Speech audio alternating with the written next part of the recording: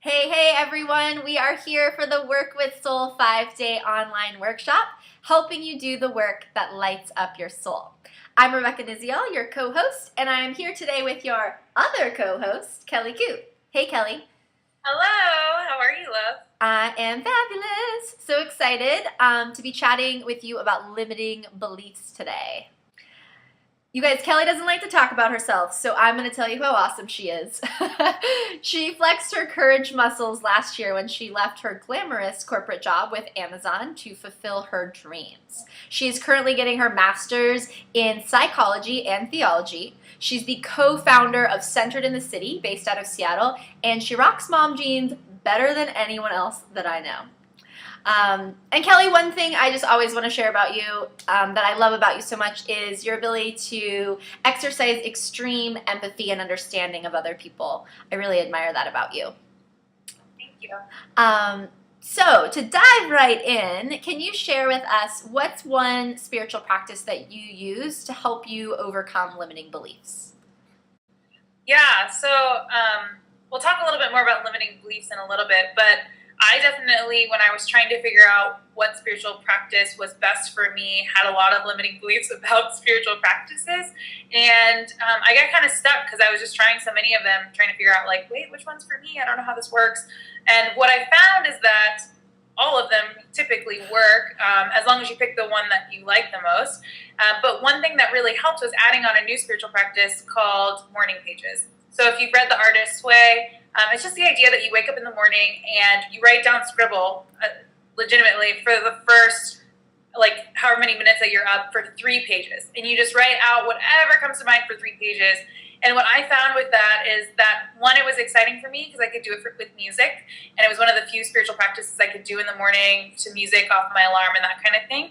And then I just loved, like, afterwards, my meditation, my yoga, anything else that I did felt clearer, crisper. I felt more creative and more alive throughout the day. Amazing. So we all have these limiting beliefs. They come up for all of us, myself, you included. And they slow us down or stop us from taking action and moving into what we truly want. So can you share more about where these beliefs are coming from? Yeah. So I think when we talk about limiting beliefs, it's kind of some of the chatter that's inside your head that's saying those more generalized statements like, oh, you know, like, you can only be successful if you work 12 hours a day, or, oh, you know, people that do big things only live in New York City. Like, anything that's just kind of general. And a lot of times those come from community, they come from your society, they come sometimes from your friend group, and a lot of them also come from your family, of just this idea that certain things have to be a certain way. And what we do oftentimes is we take those and we do a couple things with them, right? We take them on and we make them part of our identity. So we tag onto one and we say, oh, I'm going to conquer this limiting belief, rather than just looking at it and saying, I don't really believe that. Let me change it and make it something else. Mm-hmm. The other thing that we do is we often use limiting beliefs as excuses. And beliefs really are accessories. Like, you can take them off and put them on, and you can decide which ones you like the best. And during different parts of life, different beliefs might serve you better. And so looking at those and saying, like, which of these beliefs are excuses that I'm making that are holding me back, or places that in my head I'm just gone on repeat and kind of making myself crazy in order not to do that thing that I really want to do. Yes. Yeah, absolutely. And I love that because beliefs really, we can choose them, right, at any point, and asking, is this helping me? Is this empowering me? Is this serving me? If it is, great, keep it. It's a keeper. But if that belief is an accessory that's not helping you or serving you, like, it's a good one to take off. You can always put it back on later, right, if you want. But for probably a lot of us, there's certain ones that we can just, like, schlep off and leave off. Absolutely. Awesome. So when we've noticed there's these beliefs that we've picked up and adopted from our families, from society, what can we do about that? What can we do with them?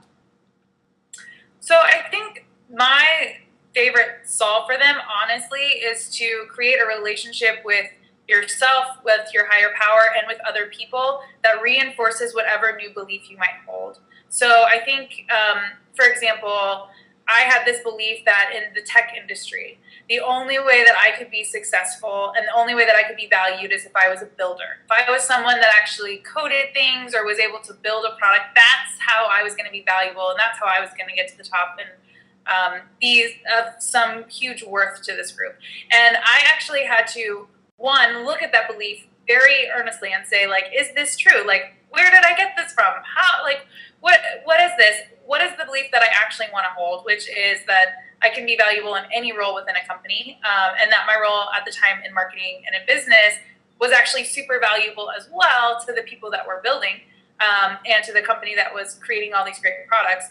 So looking at those and saying, okay, what is my new belief? And then also finding people that help reinforce that new pattern. Yeah. So if I did spend time with people that were only focused on the building, it was hard for me. It was an uphill battle. But once I figured out what that belief was, I could kind of step back and say, there's other people who really think I'm great, even though I'm not doing that one thing you think I need to be doing.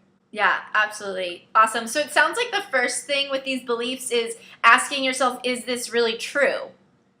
Because when we adopt it, we're making it true for us. And some of these things aren't true for us. They might be true for other people, but doesn't resonate with us. So asking, like, is this really true for me? And then secondly, taking action to kind of reinforce it by who you're being around. So if you're around people who are telling you that you're going to fail over and over, like, you're probably going to believe you're a failure. It's going to be really hard to believe anything else. So it's up to you to make sure you're aligning yourself with the people and the support network that support your new beliefs. Definitely. Awesome. So what about those deeper beliefs, like the fear of failure, like the fear, oh my God, I don't know if I can do this. I don't know if I can really start my own business, or even if I get that role, can I really be that leader? Am I going to be great at it? How do we tackle some of those deeper limiting beliefs and fears? Yeah, I'm smiling and I shouldn't be, because like when you're in that place of like looking at them, and this was in the coaching world, you call it gremlin, right? It's that inner voice that's telling you something. A lot of times that inner voice that you're going to fail, you suck, whatever, you're not worthy, all of those things, they were there at some point in time to protect you. And it's kind of weird to think about them that way, but it was probably when you were really young and, you know, you didn't want to burn your hand, and so you did something differently. It's one of those types of things. It was there to really make sure that you were safe. And now as you're older, you've held on to those, and it's time to actually look at them and be aware of what they are. Like, I'm telling myself I'm not worthy. I'm telling myself I'm not good enough. Thanking it and saying, thank you. Like, I know at some point in time you were great to me. And then just saying goodbye and releasing it. It's a process of meditating on those gremlins. And I think what gets really difficult is when you have these deep-seated fears, what you do is you take those limiting beliefs and you smack them right on top, and you just kind of make a shit sandwich out of it, to be perfectly honest. It's like you're saying, like, oh, I'm a failure. And then you're going to take all the things from society on top of it that would convince you that that's actually true. Yes. And so it's hard because they're all kind of intertwined together, which is why we're talking about them together. Of like, you've got to be able to look at all of them. Some of them you can change and you can just shed, or just create a new kind of belief for yourself. And others you have to acknowledge they might always be there, but they're not true. And the more light that you shine on them and the more you move towards them without fear, the more they're just going to go away. And it's going to be crazy while it happens. And the people that watch you do it are going to be amazed. It's really, really exciting. Great. And I know some of this is deeper work, right? When you're dealing with these deep fears and these like heavy limiting beliefs that you've been carrying around for a long time. So just so all of you know, it's not like a quick fix. You're not gonna like watch this one video and like, oh my God, all my limiting beliefs are gone. It takes time. So really focusing in on like one thing and starting there and starting that conversation with that fear or with that gremlin, like Kellye's saying, is the way to start the process, for sure. Absolutely. And I would say one huge thing as you move towards these is like relationship is what's really going to help you. It's going to help you do this. Like you can't do this without relationship, either with a higher power, with yourself, or with another person. And ideally for most of these, you have all three. You have a place in your soul that you know you can kind of grind on this personally, but then you also have the outer support and the outer mirrors that are going to say, that limiting belief's completely untrue. You're the shit. Why are you thinking that? You can totally go do that. You need those people, and don't feel like you have to do this alone, because you don't. Yes. Absolutely. Yes. We're all in this together, and that's why Kellye and I do what we do. We know it's really hard if you're just trying to deal with all this stuff solo and on your own. It's really easy to get caught up in all of that chatter up there. So lean on a support system and ask for help, whether it's with us or with your friends or your coworkers. Definitely get the support that you need. Yeah.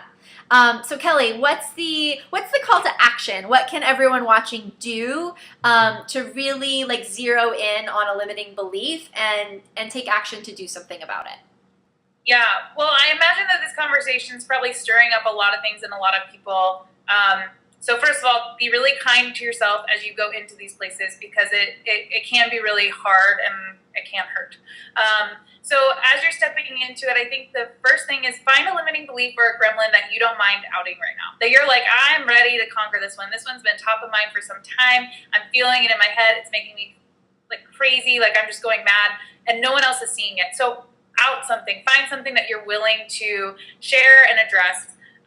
And then secondly, tag a friend or find a friend that you can talk to about this specific belief or gremlin. Because the closer that you get to someone, the better that it is, and releasing some of the shame around that belief and actually determining what is truthful and what that belief or what that gremlin could look like and how it could serve you. Great. So they're going to identify one limiting belief that they're ready to out. Whether that's like, I don't believe I can do it, or just like, I've always thought I had to be, a lawyer, and I don't want to be a lawyer. What do I do? So outing that limiting belief, and then finding someone who can really support you and be a mirror for you, and tag them, bring them on board, so they can support you in it. Absolutely. And if you're one of those people that is willing to volunteer for other people, definitely comment as well, because I'm sure there's some people in this group who are looking for a support that is going to really encourage these new patterns of thinking and these new ideas. Yeah. Amazing. Anything else to leave us with on this point, Kellye? No, thank you for being here. So excited to meet everyone. And yeah, thank you, Rebecca. Thank you, Kellye. Amazing, you guys. So tackling a limiting belief is just one step to help you get the energy you need to allow you to be more of who you are right now in the present time and do that work that lights up your soul. So we will check back in with you soon. Be sure to comment below and have an amazing rest of your day. Bye for now. Bye.